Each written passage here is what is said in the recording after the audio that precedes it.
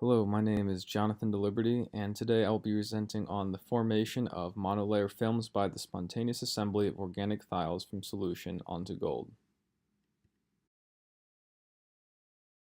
So to begin with the history of nanoparticles, I found that nanoparticles get a bit of reputation for being these advanced scientific fiction type ideas, when in reality they've existed for as long as life has, honestly. We can start with organic compounds like polysaccharides you see on the right here. You have starch, glycogen, cellulose, which are all just monomers that are joined together in chains or some sort of pattern to form a large oligomer. And then you also get viruses, which, as you can see again on the right here, come in many different shapes and sizes and are essentially biological nanoparticles that carry information that can do some real damage to human life. Then you have inorganic compounds. First and foremost, iron oxyhydroxides, which are responsible for different types of rust that you can see on metal, and aluminosilicates, which are present in nature as very beautiful minerals.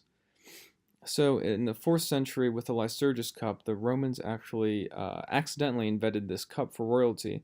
That when the light is shined in front of the cup, it makes a red color, whereas when the light is shown from behind through the cup, it makes a green color. This wasn't known, obviously, during the time of the Romans making this, but it's actually due to the presence of gold contaminants, and the colloidal gold scatters the light in such a way that you get two different colors depending on which way the light was shown through. This was proven by Michael Faraday in the 1850s, who recognized when he was working with this ruby gold color that this dark red color was very peculiar, and it had to do with the fact that the colloidal gold's miniature size scattered light in such a way because of the fact that nanoparticles have that high LSPR. And then my paper that I'll be reviewing today was mostly based off of this Nuzzo and Lara disulfide onto gold surfaces paper. And fortunately, advancements in microscopy, especially the scanning electron microscope, have allowed for some serious advancements in nanoparticle research. So why gold in thiols? Well, first and foremost, gold is relatively inert. It doesn't form a stable oxide surface, and it resists atmospheric contamination. Both of these things are very important with the medical field. The inertness is needed because there's a lot of reactive species inside the body, and resistance to atmospheric contamination is needed because it makes preparation much easier if it can be performed inside a laboratory instead of inside some sort of glove box that's needed to be inside a vacuum or very low temperatures of some sorts. Next, gold has a strong specific interaction with sulfur. As we learned from class, there's favorable soft-soft interactions. Since sulfur is a soft base and gold is a soft acid, these interactions formed between the two are very favorable. And then finally, long-chain alkane thiols form a densely packed crystalline monolayer of gold. So this general format of the HSCH2NX are the three main components of this alkane chain. The HS is obviously the sulfur head, the CH2N varies in length with the alkane chain, and then the X is the tail group that can be highly functionalized to a variety of different functional groups. And so this can take place in the presence of many other functional groups, as we'll see later. The novelty of this study takes place first within its synthesis. It's a very easy process and can be done quickly and cheaply. So to begin with synthesis, first thermal evaporation took place of the gold into silicone wafers pre-treated with chromium to increase the stability. Gold wafers were cut into small 1 by 3 centimeter slides and then were rinsed with ethanol and dried with argon that was of very high purity. Next, monolayer formation took place in glass bottles filled with various alkane thiol species. Slides were then left immersed overnight to ensure complete coordination.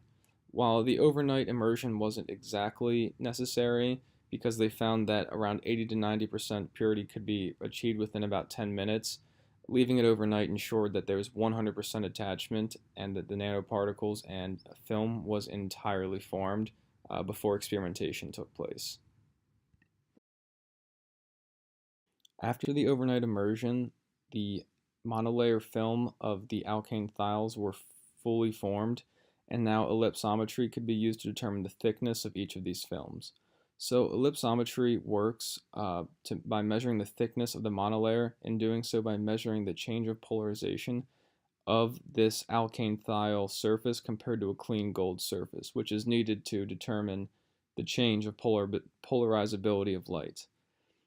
So if we look to the right here in this figure that's shown, it was found that experimentally the measured thickness was consistently smaller than the theoretical calculated values.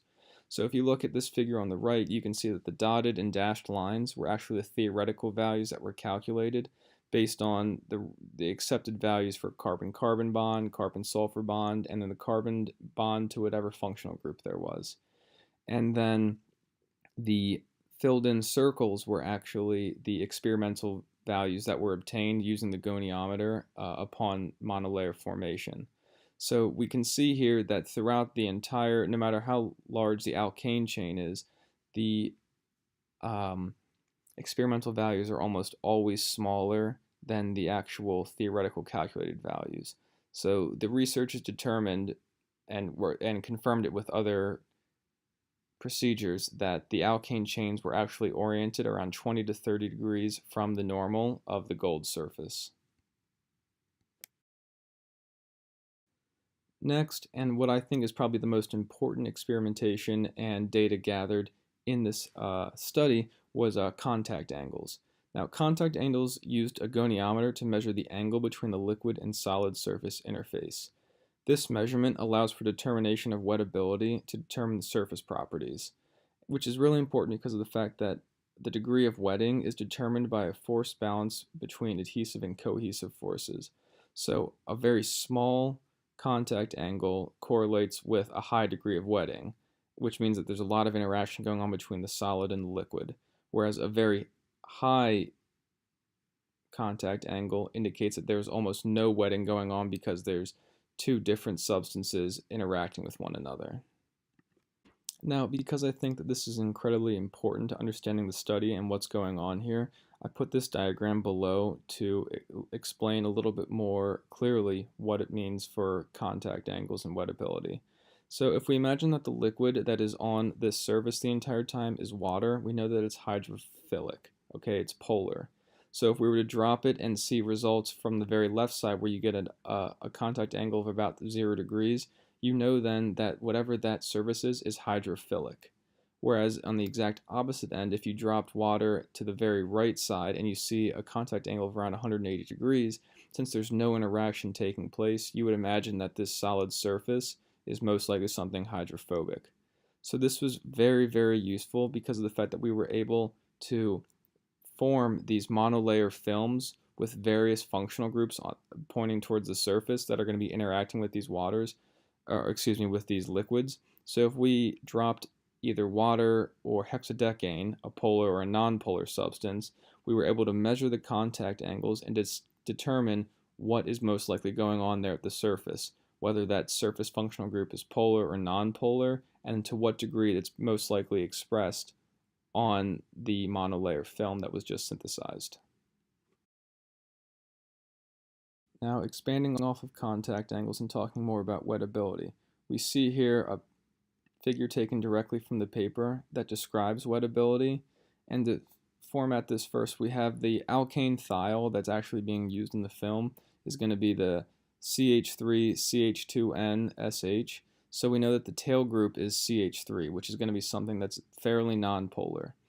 Now, the empty shapes that are dropped on here are going to be drops of water, and the solid shapes that you see at the lower part of the graph is going to be hexadecane drops that are dropped onto the film.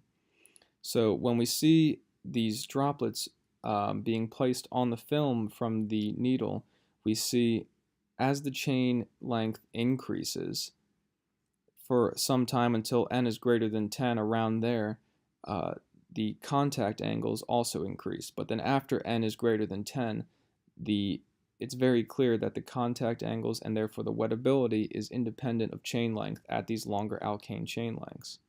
So why is it that water has a higher contact angle than hexadecane, for example, on this film that's synthesized?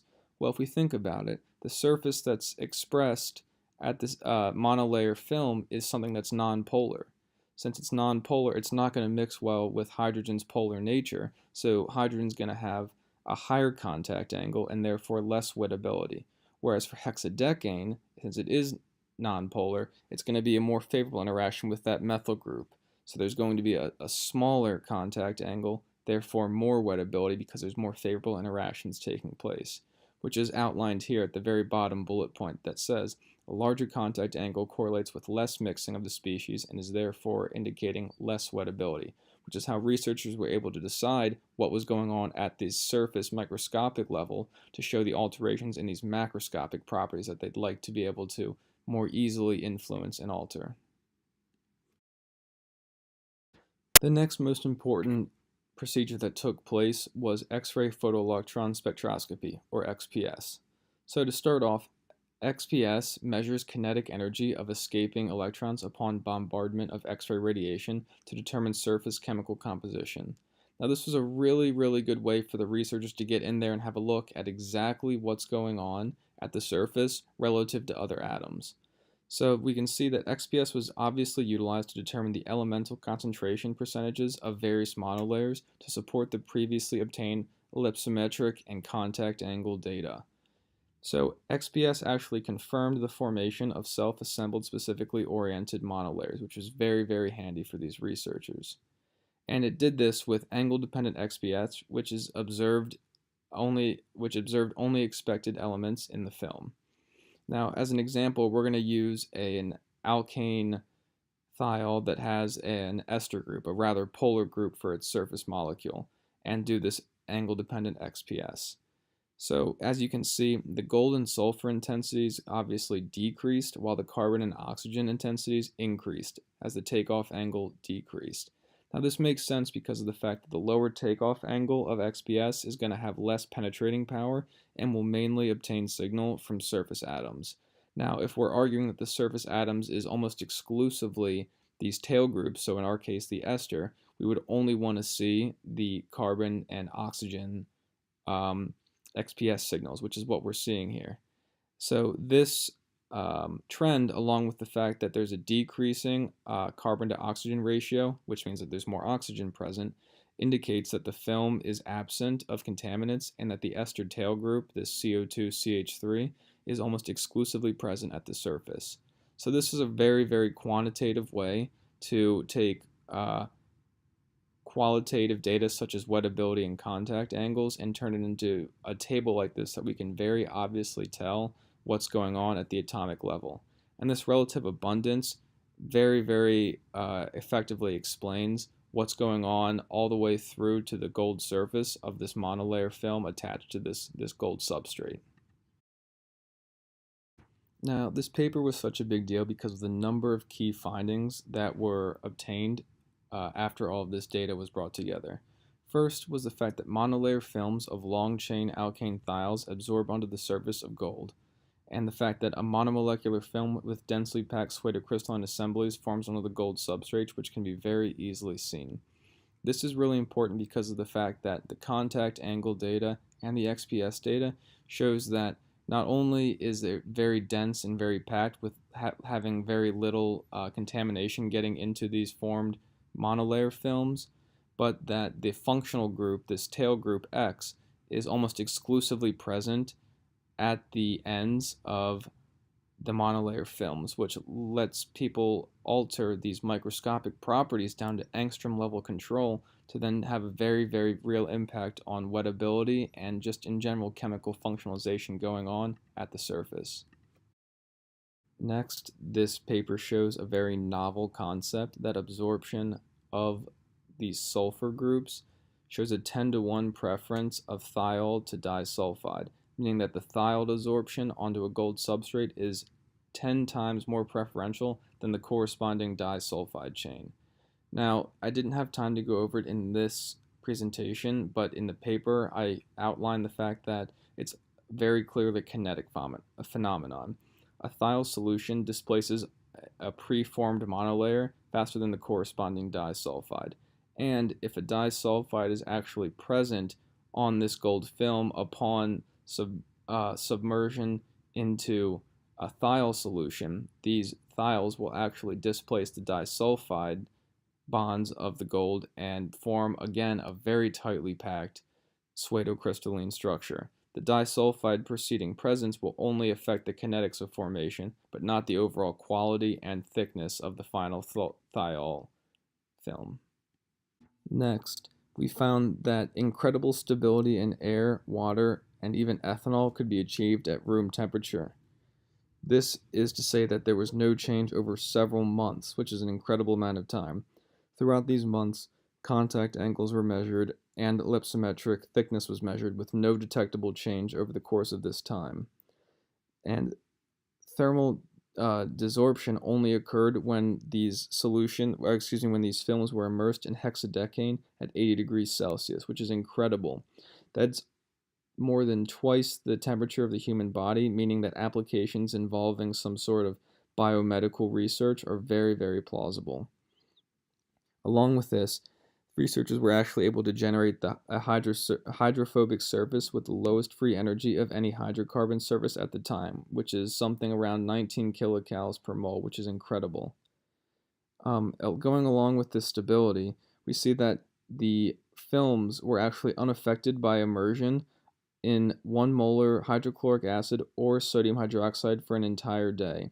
Upon taking the films out, there was no changes in contact angles or ellipsometric thickness, which is incredible. The only time that there was breakdown was when there was some sort of either hexadecane at high temperatures, or there was very, very high concentrated nitric acid or strong oxidizing agents such as peroxide that helped to tear this film apart. Finally, one of the most important achievements of this study was showing that the tail group of monolayers of thiols on gold is the predominant, if not the sole, functional group exposed to the surface. This is incredibly important because of the fact that these were self-assembled molecules. There was no energy that went into researchers painstakingly putting these things together. So self-assembly occurred in such a way that the monolayers formed with tail groups that were almost exclusively exposed to the surface. Now, this is important because of the fact that many different functional groups can be introduced at the surface of these gold thiol interactions that are held by only 3 constraints. The first one is that the functional groups do not compete strongly with the thiol as a head group for gold coordination. The second is that the functional group does not react with thiols. And then the final is that the functional groups are not so large that they prevent close packing of the hydrocarbon chains. This is obviously very important because of the fact that you don't want to have loose packing and allow solvent and other contamination to get in and disrupt the van der Waals forces that hold the alkane chain so tightly together. But this functionalization characteristic allows for researchers to alter the wettability, which is a macroscopic property, by altering very easily the microscopic properties at the atomic level, which is something that was incredibly novel. The paper also goes into kinetics and contamination displacement. So this figure that was taken right from the paper actually shows octadecane thiol, and it's coordinating with 2 different things. One, it's coordinating with clean gold, which is a solid circle. As you can see, there's no alterations in kinetics. The straight line of all of the solid circles indicates that there's no interference with the formation of the thiol onto the gold surface. Now, the empty diamonds are actually the octadecane thiol trying to coordinate with gold, but the gold surface actually has a preformed monolayer of propane thiol. So when this takes place, we actually see a slight slowing of kinetics on the order of less than 10 minutes with no disruption in final thickness, which is very important. So we also, even though it's not in this exact figure, we see no disruption with the final contact angle, which means it's simply a kinetic phenomenon. So this goes to show that long-chain thiols absorb preferentially to gold surfaces relative to other contaminants, and even favorable interactions like disulfides or shorter alkane thiols will actually be kicked out to these longer chain thiol compounds. So this indication that the preferential sulfide assembly is a kinetic phenomenon actually needs more research into the actual mechanism that's taking place here, which is something that was stressed highly in the paper. So the impacts and applications from this study are actually very important. First and foremost, we see the possibility of nanoencapsulation techniques. Now, nanoencapsulation essentially just deals with being able to somehow coat a drug or some sort of substance in this film of nanoparticles to protect it from the outside environment. Now, we can tell that this is very important because of the fact that recently during this presentation, I explained to you how inert these gold surfaces were and how unreactive these monolayer films were. So if we wanted to place something inside a body with reactive oxygen species, or something that's fairly basic in the presence of enzymes and different types of oxidizing agents, some sort of nanoencapsulation technique with an inert substance, such as these gold alkane thiols, would be perfect in protecting the drug on its route to get to the actual necessary place in the body that's going to react. Now, importantly, these can be very expensive. So this self-assembly technique that shows just immersion overnight has been shown to be cheap, easy, fast, and very importantly, of high quality. Now, as stated before, these nanoencapsulation techniques could be very important for drug delivery systems. More often than not, we see a lot of drugs that might be very effective in the body that have low solubility so that they can't be put into liquid form or injected into the body, or they have poor pharmacokinetics, meaning that there's some sort of metabolism that's preventing this drug from reaching the site of action to actually have a beneficial effect on the human body. So, for example, many cancerous cells express an increased amount of extracellular proteins, which is what causes it to sometimes be cancerous. So if we were able to coat a drug that specifically binds and enters the cell with those types of extracellular proteins, we'd be able to selectively and very effectively target the cancer cell with that specific mutation, while ideally avoiding most of the other healthy cells with a fewer number of these transmembrane proteins, which is something that is not so scientific anymore and can actually be utilized now in mice and has shown some fairly high success rates. Future applications of this can actually also include photothermal therapeutic agents, which basically enable one to put these colloidal gold nanoparticles coated in whatever it is that you'd like, that bind specifically maybe to a tumor or a cancerous cell, send it into the body and have it enter the cancerous cell or the tumor microenvironment in some way, and then by irradiating this clump of nanoparticles, you're actually able to increase the energy very quickly of these nanoparticles and cause them to essentially boil or erupt with a lot of energy inside the cell, which is obviously very harmful. So you're able to kill the cell from the inside through this sort of combustion or extensive energy release technique. Now, just to be clear, these three applications that I've gone over previously here are just a very small snapshot of the number of applications that can actually utilize this sort of nanoparticle technique. This is going to find applications in the biomedical, the physical, and different biological fields in a myriad of different techniques and fields.